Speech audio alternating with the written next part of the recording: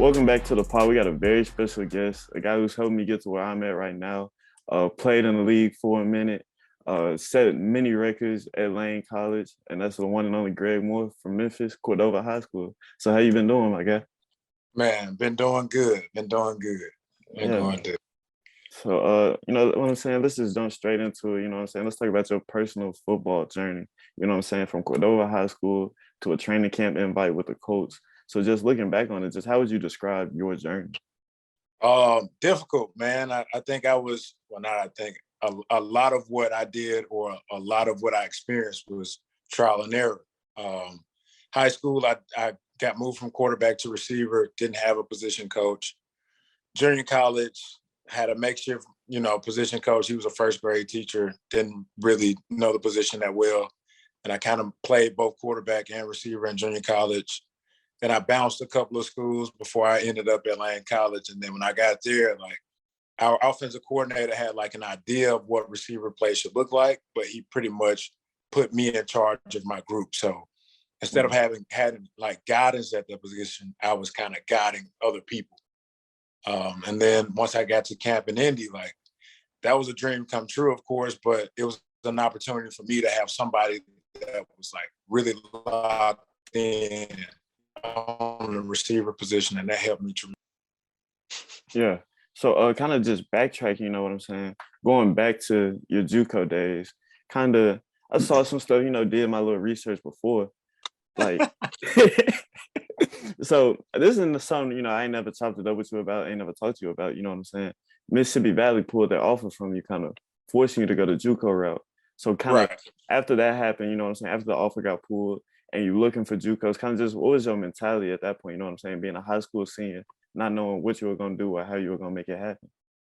Well, I understood it was my fault because I was a late qualifier. So once I took, the pity out of the way and understood that, I wouldn't even been in this position because I had the offers, but I qualified late. So if I would have just done what I was supposed to do in the classroom on the front end, none of that would have happened anyway, right? So by the time we got down to that, when they were like, yeah, we're pulling your offer, yada, yada, yada, it was just, man, where do I go from here? I had a high school coach that had connections, which is why I went to Cordova in the first place. And even though it was a junior college in Minnesota, I just had the mentality that I wanted to play football. And it didn't matter where I had to go. I just wanted to play. Yeah, I feel it. And I mean, you went to Masabi and you did your thing, you know what I'm saying? Your first season there, y'all win the, what was it, the national championship, conference championship? And you won conference, yep. Yeah. And first time in decades, kind of turned the program around, you know what I'm saying? Played a big impact on that, like you said, playing quarterback. Got, you know what I'm saying, got your stats pulled up right here, 141 rushing yards, a touchdown, a passing touchdown, 3 receiving touchdowns. You were just everywhere for them. And so, you know what I'm saying, at leaving community college, going to MT, being unsuccessful, walking on, did that kind of dampen your dreams of playing, or how did that affect you? Man, I honestly was ready to graduate, man. Like I was majoring in pre-physical therapy on the athletic training side, and I was just looking for the next career.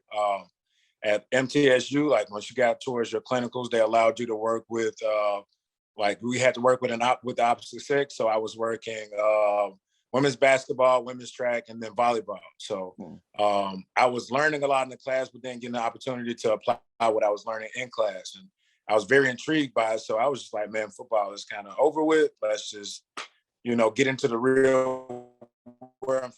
So you find the connection at Lane, you go play at Lane, your last 2 years, kind of just, how did you just find that love again, especially after you talked about, you know what I'm saying, kind of focusing on those next steps after football? Well, I had a head coach down at Lane. He's currently the AD, Derek Burrows, and he basically sold me on the dream of this now or never, right? Where I was saying, I was ready for the next step in my life, which I assumed it was going to be physical therapy.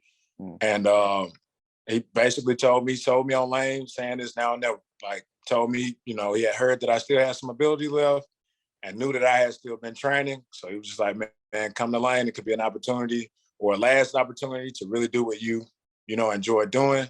I got there, fell in love with the atmosphere, not necessarily the campus, but just the football atmosphere. Like, I had never played in an atmosphere where, like, you have a band and the cheerleaders and the majorettes and you're feeding off the crowd and you're feeding off the rhythm of the game. And I don't know, man, HBCU football was just different for me. And so I just think being in an environment or being in that culture kind of helped like recultivate that love for the game.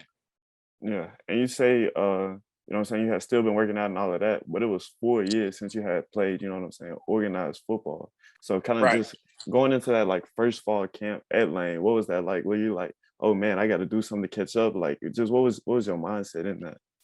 Well, I got there in the summer. So I Yeah. showed up in the summer. We had a strength coach that he was tough, man. Like he ran us. I think my first week there, like I remember it vividly. We were working out at JCM, a local high school over there, and we were running 110s. Like he had this workout where you come in, run a 1 mile warm up, then you got 400s, then you got 300s, you got 10 200s, and then when you get down to the 100 mark, like we were on the field, and so by the time we got to the 100s, like I threw up my first one. Like midway through the 100, I'm throwing up. He thought I was gonna quit. Like once I got done throwing up, like I just kept going, Yeah. and I really felt like that was like my breakthrough right there. So like after I made it through all of that, personally, I felt like I was ready for the season. Like I didn't need anybody else's cosign. Like I really was just battling with myself, trying to figure out if I could still do it. And once I made it through all of that, like I was ready to go. Like I was ready. I understand. So you know what I'm saying? Your first season at Lane, you played 9 games, 9 receptions, 92 yards. But that second season in 2013, 10 games, 59 receptions, 910 yards, and 11 touchdowns. What kind of caused the turnaround for you in terms of like your individual production from year 1 to year 2 at Lane? Well, I played 3 years at Lane. I played 3. I played my sophomore year, my junior year, and my senior year at Lane. So my sophomore year, I led every statistical category. And then my junior year, we had like a little letdown in the season where we brought in a guy and it just did not coincide with him on one side and me on the other. And then really that year, I really locked in on really trying to be a better person, right? So football wasn't going good, but I didn't tuck my tail. I still killed the classroom. I did a lot of reading that year, and I really was just focusing on being better. Then by the time that spring of my junior year came around, I had my junior pro day, what they call a junior pro day on the HBCU level. Is when you get a scout or two, come down, you run your 40, you do your L drill, 5, 10, 5, and that's it, right? So they can get numbers on you. And once I did that with my measurements and my numbers, then we had guys come in like in that off season, checking out fall camp or whatever. That's when it kind of got real for me. When I saw every team in the league, I saw all 32, everybody came by to at least interview me. And that's when it kind of got real for me. I was just like, you know what? Maybe now or never this thing is really right now. So either you're going to step up and do your job, or you're going to be the guy that everybody said could have been. And I didn't want to be the could have been. Yeah. So I watched a ton of tape on myself, reevaluated things that I didn't do well the season prior. Even went back to my sophomore year and looked at the stuff that I didn't do well because I was in the same system. I grabbed the guys around me, and it wasn't just me leading. Like, grabbed my quarterback, one of our defensive backs, actually our backup quarterback, our third string quarterback. We just stayed that summer, and we grinded it out. We sacrificed a lot.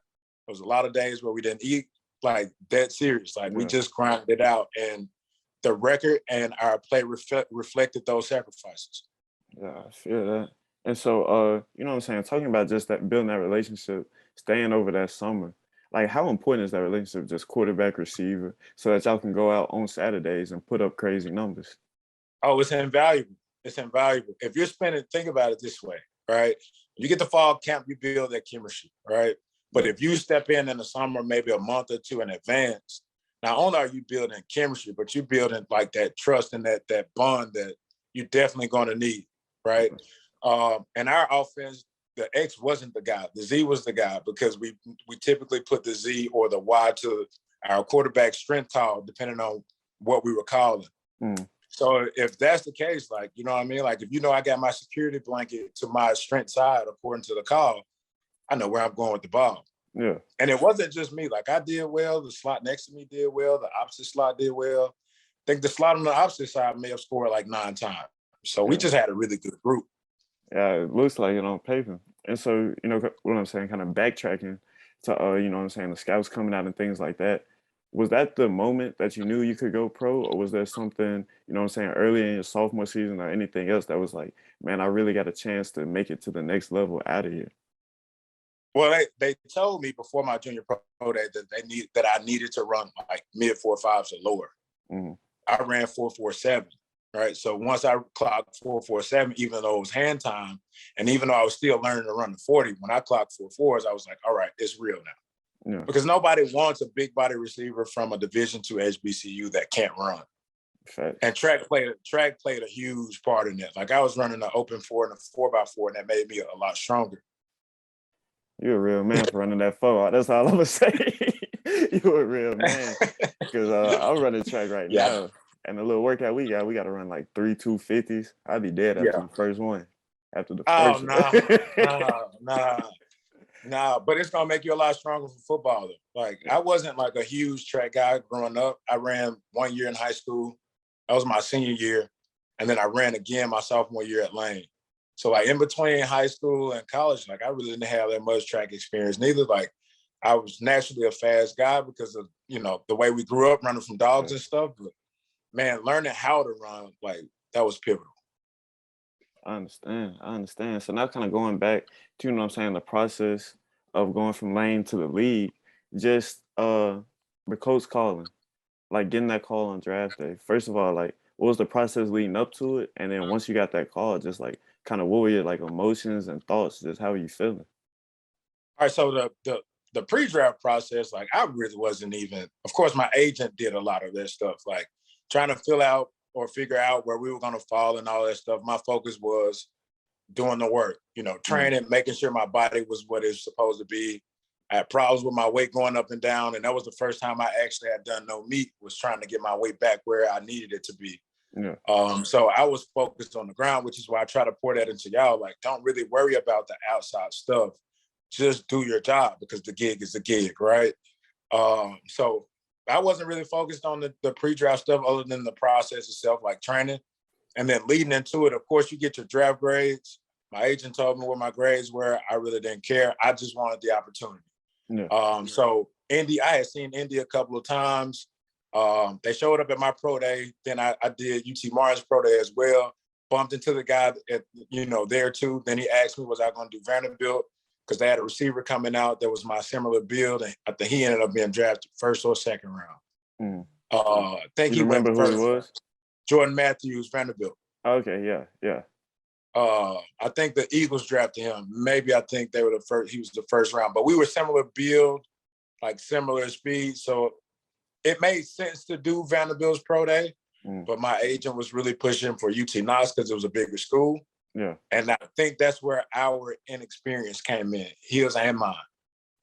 Because UT Knox didn't have a receiver coming out. They only had linemen. Like literally their front five all got drafted. Oh wow. So instead of the scouts being there to see a receiver or a quarterback, they were there primarily to see linemen. And so they had to call the quarterback in off the street to come throw my routes. And the guy wasn't really, up to par. I think he Huh. played at like Pikeville or something. So I Oh, probably, after I ran like 2 or 3 routes, they were over there with the linemen. And I weren't mad. I wasn't mad. I know, it's business. yeah. But that's why, again, I pour that into y'all. Like when you're choosing a pro day outside of your school, pick one where there's a guy coming out that plays your position. Mm, Because otherwise you'll fall in a predicament like I did. But getting the call, we sat and watched the draft. We watched the entire draft, day 1, day 2. We knew where we were going to fall at or where we were supposed to fall out. When we didn't get the call during the draft, we got up from my great-grandparents' house because that's where we watched it at. We went to McAllister's. We were sitting down eating at McAllister's on Highland and Poplar. mm, Remember, like yesterday, sitting there eating. Um, I really wasn't even thinking about anything. I was just eating. yeah. And then I got the call from the scout that I had bumped into a few times.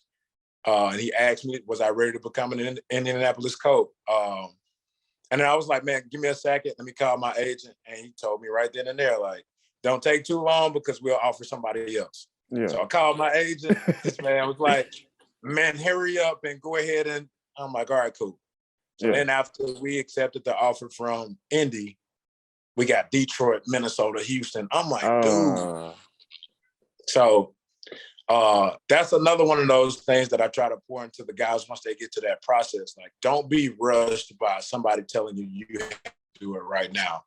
Because most times, if they're saying you have to do it right now, there's naturally a buzz in the league that's behind your name.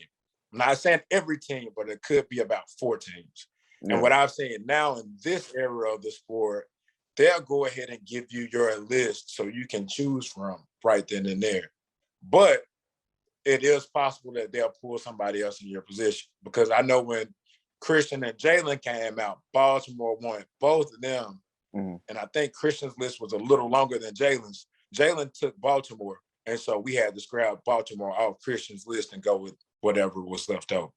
Yeah. And so, after you got all those other teams, was it like an opportunity you wish you would have taken outside of Indianapolis, or were you like okay with going to the Colts? Hindsight 2020, Yeah. knowing that Calvin was on the way out of Detroit, I'm not saying that I was going to be Calvin by no stretch of the imagination, because dude was magnificent. I mean, you can pop your collar, you know what I'm saying? You ain't Right, got to but be humble. knowing that he was on the way out, I wish that we had have known and Yeah. entertained Detroit. Like, all of that sounds good. And so, kind of just going back to your time in Indy, you know what I'm saying? You get cut early, but they call you Yep. and bring you back.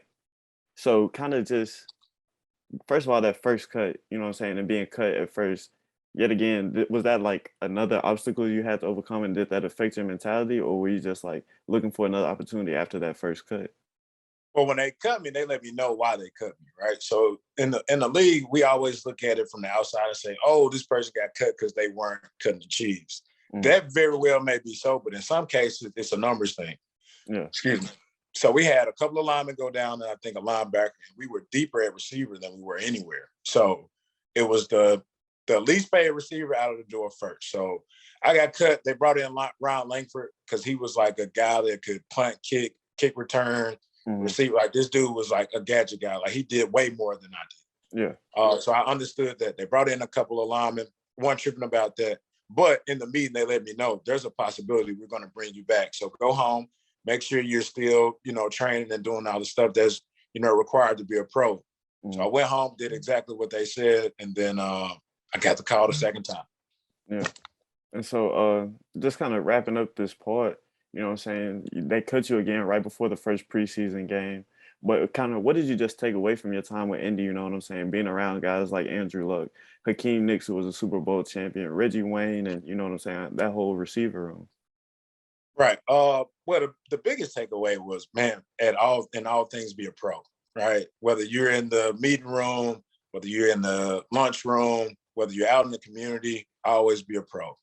I think the one thing I learned from Andrew Luck was it doesn't matter who you are or how big you are or how much you pay.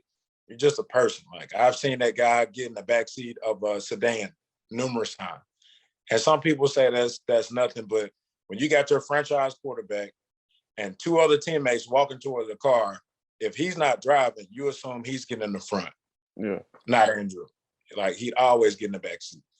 And then I think Hakeem Nicks, like, he was just always just trying to give us a game about life. It wasn't even necessarily football. It was just, man, the do's and don'ts outside of the facility, the do's and don'ts in the facility. Like, he was just really just a down-to-earth person. When I got to Indy, Reggie Wayne was really coming back from injury, so I didn't spend a whole lot of time with Reggie. Like, he didn't even practice that much. Yeah. But my time in Indy, man, it was a great time. The 2 stints I had there. I actually, when I got cut in the preseason, it was more so due to my time that I needed to be at home with my wife, because we were expecting our first kid. Yeah. And then after that, like, of course, what went down with that, like, I hung it up. Yeah, I understand. And so, just kind of shifting focus and kind of just talking about where you are now, you know what I'm saying? You've created Fastbreak, which I'm a part of. It's a family, man. First of all, I just want to give you your flowers for creating that, because just seeing guys come into the program like Christian, Jalen, Dedrick, all these like local Memphis football stars, and you helping them, pushing them to get to that next level of play, that's like big time, you know what I'm saying? So I want to make sure I gave you your flowers on that. But Appreciate you. you know what I'm saying, just looking at it, you know what I'm saying, when did you kind of come up with the idea for Fastbreak, and what was kind of the inspiration behind it? And for those that don't know, can you just explain what it is? All right, so fast break was a concept that grew out of the system that I played in college, right? So we ran the air raid offense. So one of the things that primarily you try to accomplish in the air raid is, attack leverage with more than one person. So if I got two people attacking one person, that's basically like a fast break in basketball. Yeah. Naturally, that works for me because I grew up playing basketball. Like I was a kid that was converted from basketball to football.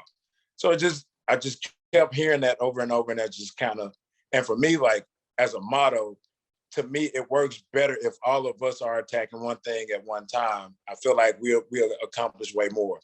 Yeah. And according to, what we've been doing and how we progress, like it has worked best when we're all working together to attack one thing. Yeah, that's facts. And so, kind of just when did you kind of start on that training route, and who were like, I would say like that first group that really got you into it and kept you in it? Oh man. All right. So I didn't start. So I kind of started training a little bit in 2014 when I was a part of the group that brought D1 to Memphis out in Carterville. Hmm. So we went into D1 as a new coaching staff. I kind of got my feet wet with that, coaching, boot camps and strength classes and speed classes, and that was cool. But when we had like individual sessions or whatever, if a kid came in that played receivers, like I kind of naturally gravitated towards that. And I didn't Hmm. even know I was going to be good at it, but I turned out to be kind of okay. Yeah. And then from there, like that following year in 2015, I think at the top of the year, I got like two kids from University School of Jackson. Well, actually three, two receivers and a quarterback. So Hmm. going into one of the receivers was a senior, and then the quarterback and the other receiver was a junior. So going into that year, I think the senior receiver ended up having 1,300. The junior receiver had 1,800. And then the quarterback threw for, I think he threw for close to 4,000. Yeah. And so when I saw they had success doing the stuff that we worked on, that was when it kind of clicked that, hey, you may have something here. Right. And it wasn't even about the money because I wasn't charging them a whole lot of bread. I just enjoyed the process, like Yeah. seeing them go through the process, seeing them apply what we worked on, seeing what we worked on work in the game. Like that kind of lit a fire, behind me. So after that, like I was like, all right, I'll check out, see if it'll work in Memphis. I know Memphis traditionally don't throw the ball, but maybe, we can help some kids out in the process. So my first two Memphis kids were James Randall Jr. and Quincy Casey. So those were the first two. And then after them, it just kind of spread like that. And I think it was largely due to, Quincy knew a lot of people. And when I first got James, he was kind of introverted, but James kind of, he knew a couple Yeah. of people. And then so naturally it spread. Yeah. And then, you know what I'm saying, posting everything on social media, seeing it. Because I remember That's a fact. my first time working with you, I had just posted on Twitter, like, we're the wide receiver trainers in Memphis instantly. I think it was DII Yeah, coming down to at Fastbreak. And since right. then, I think that was my senior year of high school, been working. You know what I'm Right. That's a saying? fact. That's a fact. That's a fact. Been That's a fact. working. And so, you know what I'm saying? Just kind of talking about your work with other kids and kind of helping them elevate their game, you know what I'm saying? Just to you, kind of like what makes a wide receiver like a complete receiver, and what are the things you try to like pour into the young receivers, make sure they know to do so that they can be successful at whatever level they're playing at. But to me, the complete receiver, it kind of varies because when you're a bigger guy, you're not going to be able to necessarily do what a smaller receiver can do, and vice versa. Right. Yeah. So to me, a complete receiver effort is number one. Maybe you're not the most skilled, most technical guy, but if you're playing hard, then some good stuff is going to happen. Can you play without the ball? You know the ball's not coming to you, and you got to get somebody else open. Like, can you be balls to the wall and making sure you're doing your job, right? So, Yeah. like, if I'm backside and I got the little 5-yard out and I'm trying to pull something out of the box to get the crosser open, am I going to run this route hard so I can turn this defensive guys or the linebackers back to that Yeah. crosser route that's coming behind? So definitely that. Can I play without the ball? Can I block in space? And I wasn't the best blocker in high school, but I grew into loving blocking because I understood. And most offenses, if you don't block, you don't get the rock, right? Yeah. I didn't have anybody to teach me how to block, so that was most of my problem. As a coach, I take a different approach because I now understand leverage and how to block, right? So effort, play without the ball, blocking. Can you run a quality route, right? And even if the route isn't quality, if you mess up, can you still play through the ball? Yeah. And then definitely eye discipline, hand placement, catching, like it's a ton of stuff. But yes, those are the essentials. Yeah, I feel that. So if you had to name just like 3 guys off the top of your head, that would be like examples of that complete receiver, what young guys should try to like strive for. What would be some names that you would name? Larry Fitzgerald. And I'm gonna sound so old with this list, man, because this was my list. Yeah. Larry Fitzgerald, like the consummate pro, like did everything. Torrey Hope, big game Torrey Hope. Like I watched so much Torrey Hope film, it's ridiculous. Complete. Mike Evans. Oh my God, real? he was in my class. He was in my Mike Evans, dude. Like, I'm not saying he's the greatest route runner, but like he gonna hustle off the line of scrimmage. He's aggressive at the point of attack in the blocking game. He gonna go up and try to snatch it on you in the 70-30 or 50-50 ball. Like, yes, Mike Evans. D Hop, definitely. D Hop. I'm gonna put your boy in there. AB? Just because when that guy is playing and when his mind is right, his motor is like nobody else's. Definitely going AB. Sure. Some people are not going to like this, and I don't care. Randy Moss. You can't have a receiver list without Randy Moss. You just cannot. Like, the guy revolutionized the position. Like, he really did. Of course, Chad kind of took it to another level with his ability to entertain.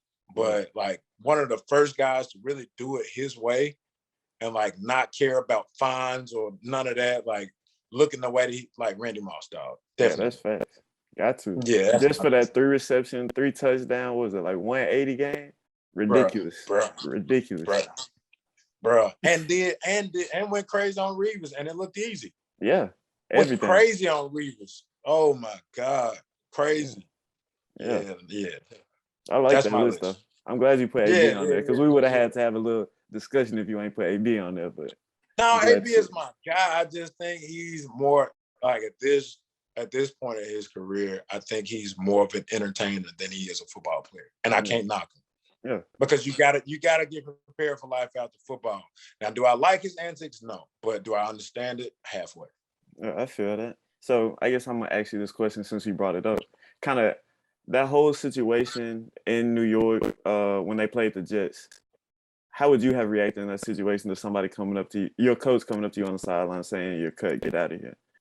Dog, I've been cut before mid-game. Yeah. But I mean, middle of the game on the sideline. Granted, I was in 10th grade. I think I was 14 years old. And like you would have assumed that I would have been more immature than AB, but I've been cut mid-game before. Yeah. And I just, gave them their stuff and waited until the game was over. But again, I'm not AB. Like, there's no telling what was going on in his head. There's no telling, the friction that he and Arians had at the time. Like, there was some stuff that came out afterwards between Arians and another player. Like I don't know how Arians runs his franchise. I've never played for him. So there's I can't speak on it because I don't have an experience with it. Yeah, I understand. And so now kind of like just shifting focus again, kind of getting back to your personal journey a little bit. You know what I'm saying? You've coached at several high schools in Memphis and around the city. So kind of what do you just think about like Memphis football on a national level? And I kind of ask you this question because, you know what I'm saying, I'm in college now. You got guys from Houston, New Orleans, Florida saying, you know what I'm saying, oh, we got the best football down here. If your school came and played our school, we put 100 on y'all, all of that kind of talk. So what do you think about just Memphis football, like on a national level compared to everybody else? Well, for one, kids are going to always say that when they get to college. Like everybody assumes the school they played at is the best in the world and yada, yada, yada. And all that stuff is crap.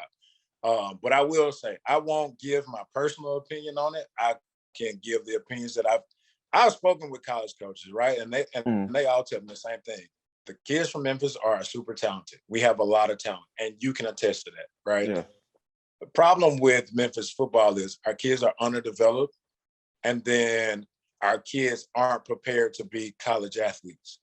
And that doesn't have anything to do with the on-field stuff. It's always the off the field, in the classroom, or in the community stuff. And I won't always charge that to the kid, because naturally you're going to become either what you're accustomed to or what's in your environment. It's up to us as the adults to kind of steer y'all away from some of that stuff and then pour the stuff that's needed into you. Like, there's stuff that y'all probably seen people my age do in Memphis that you'll never see me do, right? Mm-hmm. Then there's also a way that certain people my age will speak in Memphis that you won't hear me speak like, right? So it's just, I mean, I'm not gonna say there's levels to it, but for me, like, if we're doing the work to accomplish something. Mm-hmm. And I don't think that's always the focus in Memphis from a coaching standpoint. I think we as coaches are more set on winning football games rather than making sure that y'all get what you need. Because if we did, then our coaching style, our information, and our ability to develop the talent would be different. Yeah, I agree with that 100%. And kind of just like looking at Memphis, you know what I'm saying? We have had those cases of guys, you know what I'm saying, that go to college and find success. Look at Calvin Austin, a guy who, you know what I'm saying, homegrown talent, just did his thing at the Senior Bowl. Got guys, you know what I'm saying, all over the country putting up big numbers.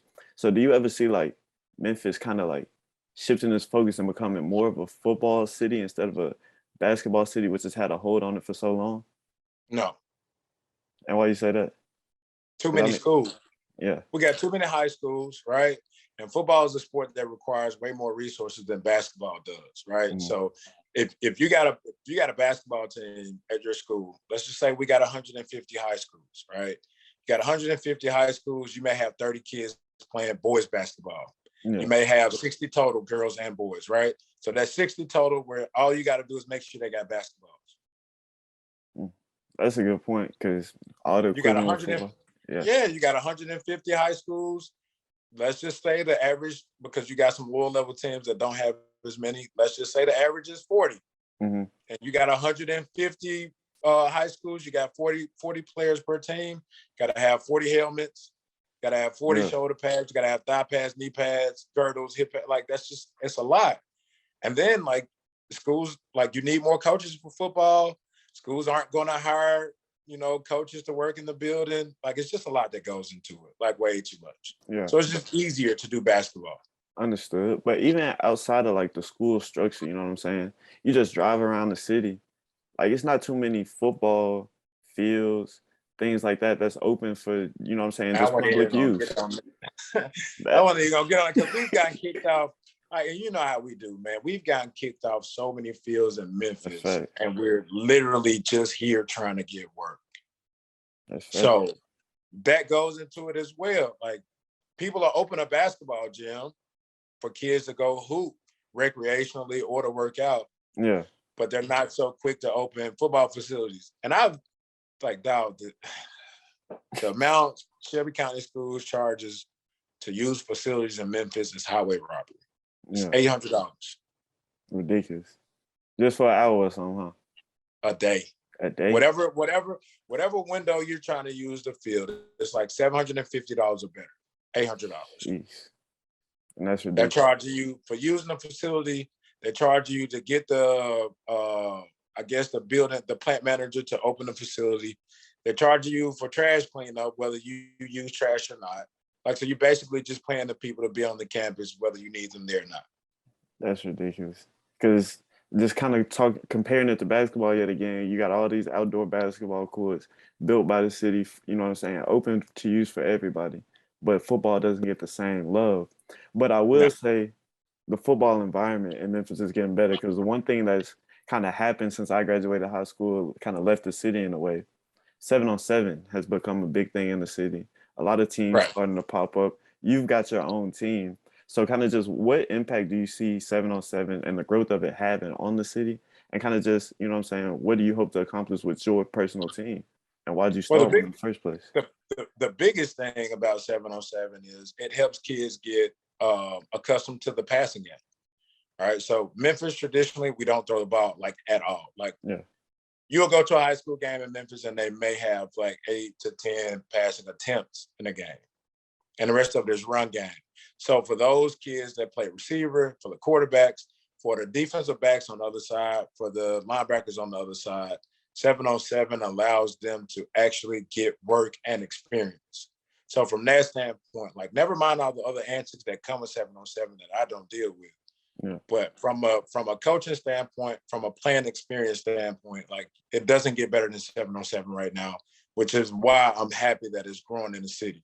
Now, as for us, I started my program last year, or we started our program last year, just out of dire need, right? So we had a lot of kids in the city that weren't able to play last year because of COVID.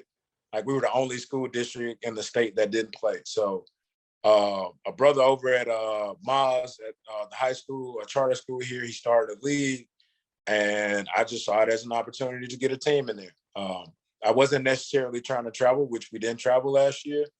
But this year I was like, man, we got a group of guys returning that need film.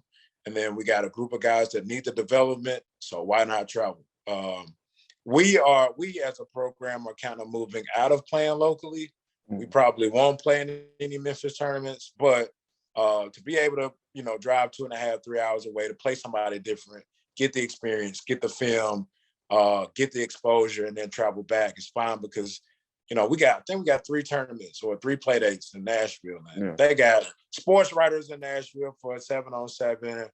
Those kids up there throw the ball way more. They defend passing way more up there. Yeah. So our kids get to see a real look versus just being down here. And I don't want to crap on the Memphis game, but just being in the Memphis game right now is more of the 7-on-7 show versus really developing and really teaching football. So we're kind of migrating out of Memphis. Yeah, I understand that. And, I wish y'all success this year. I know that's something you've been working hard on. Fastbreak, Mean Green, that's going to be a team to watch on the 7-on-7 circuit. I'm just going to say it right now. Yes, sir. Yes, sir. Yes, sir. Yes, sir.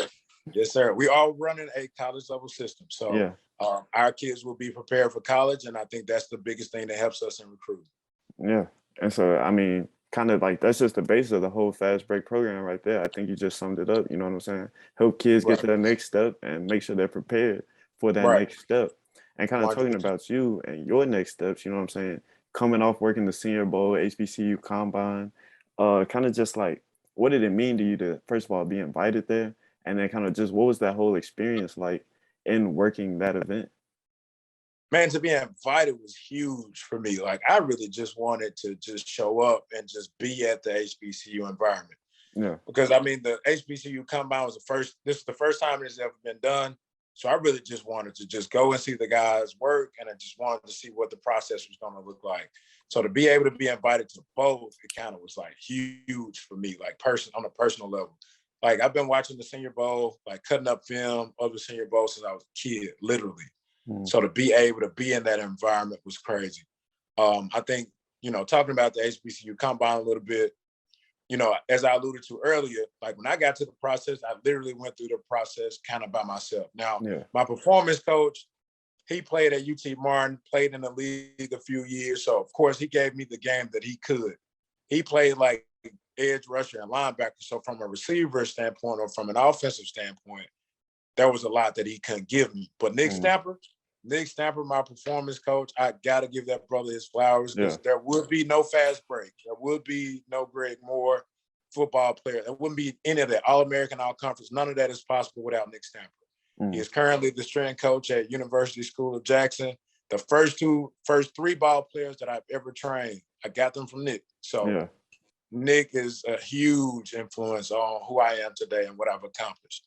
But as far as the HBCU Combine goes, like I said, I was walking through a lot of that stuff by myself. So I really just wanted the opportunity to be a resource to those HBCU guys. And I did that tenfold. So the HBCU Combine was amazing.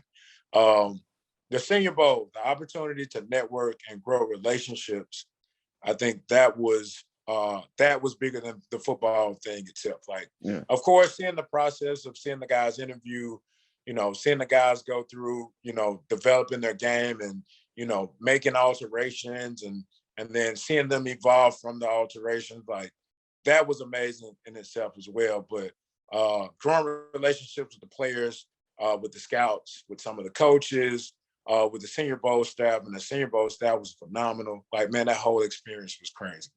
Yeah. And then kind of just, I know you kind of hit on it a little bit, but you know what I'm saying? Being an HBCU guy yourself, and then kind of seeing how the HBCU game is continuing to grow. You got big time coaches at these schools now. These programs continue going, and now they're kind of getting recognized on a national level with the HBCU Combine, which is in conjunction with the Senior Bowl. Just kind of like, can you just speak on like just the importance of that HBCU education and kind of like how it propels you to where you are now? All right, so for me, I had gone to 3 PWIs before I got to HBCU. And I did much of my undergrad at MTSU. So when I got to Lane, like, and the crazy thing is, and I'll say this, and I'll be completely transparent and vulnerable here. Coming out of high school, I said I would never go to a Black college. I literally said it, like verbatim. I literally said I'd never go to a Black college. I was being recruited by a lot of big schools. I was recruited by FBS schools, shoot, even some Power Five. So I assumed that was my road. And so when it came down to I had to take Mississippi Valley State, I kind of fell in love with the idea that Jerry Rice went here and he made it. And so then when that fell through, and then I went through, you know, what I had to go through college-wise, when I finally got to Lane, I think not only the football environment, but being in a classroom setting where I saw myself in the professor, when I saw myself in the president of the school, when I saw myself in the books that I was reading, I got so much knowledge of self in 3 years at Lane College. I kind of debunked a lot of stuff and a lot of hatred or a lot of misinformation about myself. I kind of debunked a whole lot of that in 3 years. All right, so my time at Lane College was, it was more about growth as a person, as a human being, man, than it was about playing football. And I could never replace my time at Lane College. Yeah, it's big time right there. And so kind of just, as we start to wrap this thing up, you know what I'm saying? You've coached high school ball, you've coached work, you know what I'm saying, did your work at the Senior Bowl, HBCU Combine, created Fastbreak, you know what I'm saying? Where do you kind of just see yourself going from here? Honestly, man, I'm a moment by moment, day by day guy. Yeah. Whatever grows from my experiences, it is what it is. We'll cross that path when we get there. Right now, I'm so focused and locked in on the work that we've been doing that it would be selfish of me to put my mind elsewhere when the job isn't finished. Yeah. You're still in school. Jordan and Money is on the way to school. Even the league guys, like, we haven't cracked the 53 in state. Like, we just still got a lot of work to do. So then, you know, we got Snap coming and he still got 2 years of high school. Like, dude, the work's not done. All right. So I'm not really hard pressed on making a move or the growth that is coming from the Senior Bowl. I want to continue to do the work that I'm doing. And if something comes up along the way, cool, we'll address it. We'll weigh the pros and cons. If it works out in our favor, if it works out with what we're currently doing, I'm sure my wife and I and our baby girl will talk about it. If it works for our family, cool. If it doesn't, I'm having a blast with what I do with y'all, bro. Like it's for me, it's not work, which is why if y'all are up for getting the work, I'm out there. I don't care if it's cold or not. Like, I have a blast doing the work. Yeah, man, I have a blast doing the work. I have an absolute blast doing the work. And you know what they say, like, if you have fun and if you're happy with what you're doing, you'll never work a day in your life. So when I get to a point where I can just do that full time, then we're cooking with something. I feel that. That's real right there. That's real. So I guess this will be my last question to you. You know what I'm saying? Get out, let you enjoy your time off. Super Bowl Sunday. Who's the better receiver, Cooper Kupp or Jamar Chase? We had a whole argument about this. Cooper Kupp just won the Triple Crown. I was just about to say, why is that an argument? Some people think Jamar Chase is better. I don't know if it's bias. I just got to see Chase do it more than 1 year.